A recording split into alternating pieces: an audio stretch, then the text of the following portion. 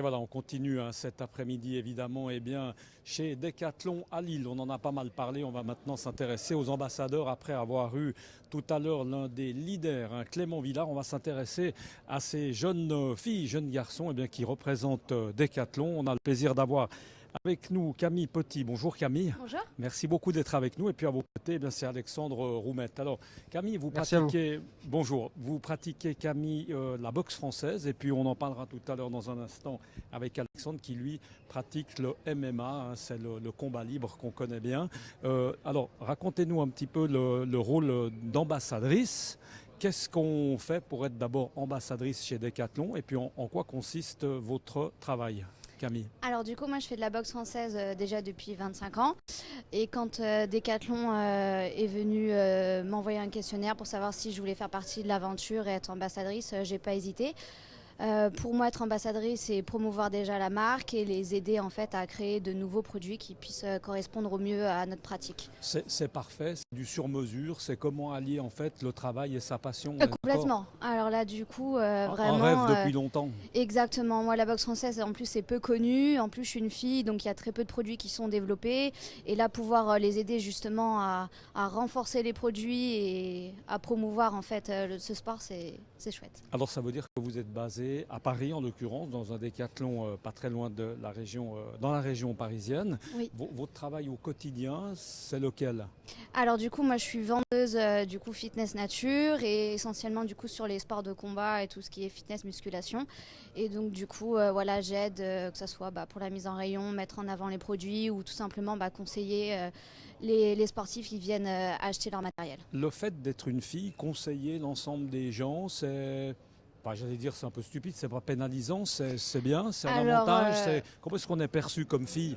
Parce que pour rien vous cacher, vous n'avez pas tellement l'allure d'une boxeuse. Mais pas du tout. Pas en du général, tout. Donc, ça doit on pense surprendre un peu. exactement quand ils appellent un vendeur en rayon box, ils viennent, ils s'attendent à voir un grand gaillard exactement. comme ça. Donc j'arrive et j'ai déjà eu la réflexion en me disant c'est pas vous qui allez me renseigner. Et je leur dis écoutez si. Et donc après on parle niveau pratique etc. Donc là ça va mais les premiers abords, au final, ils ont un peu de mal d'être conseillés par une fille. Ouais, mais ça va à la fin. Et puis quand accessoirement on dit qu'on est quand même championne de France de boxe française et puis plusieurs fois vice-championne, j'ai envie de dire ça le fait, ça les calme un tout petit peu. Un petit peu, voilà. On plante un peu le décor quand même. Exactement. Et puis je leur dis, s'ils veulent mettre les gants avec moi, ils peuvent. On peut. Comme ça, on essaye les produits en même temps. Et puis comment est-ce qu'on arrive à allier en fait ces entraînements? Parce qu'évidemment, il faut s'entraîner. Là, justement, Decathlon, le magasin, la direction vous laisse la liberté de pouvoir partir de temps en temps. Exactement, tout à fait. En plus, je donne des cours aussi de boxe à côté. Donc du coup...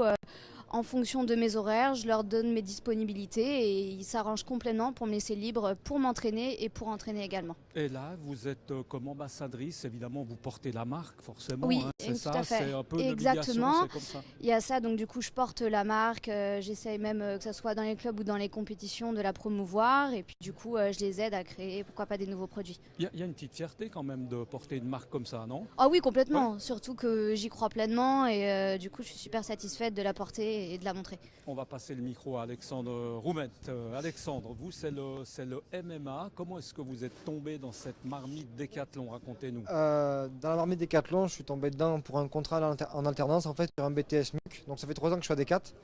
3 ans que je suis à Decat et maintenant un an en CDI 35 heures sur un poste de vendeur sur rayon fitness. Ma mission en magasin, elle est simple, c'est conseiller mes clients, mes sportifs, partager passionnément mon sport.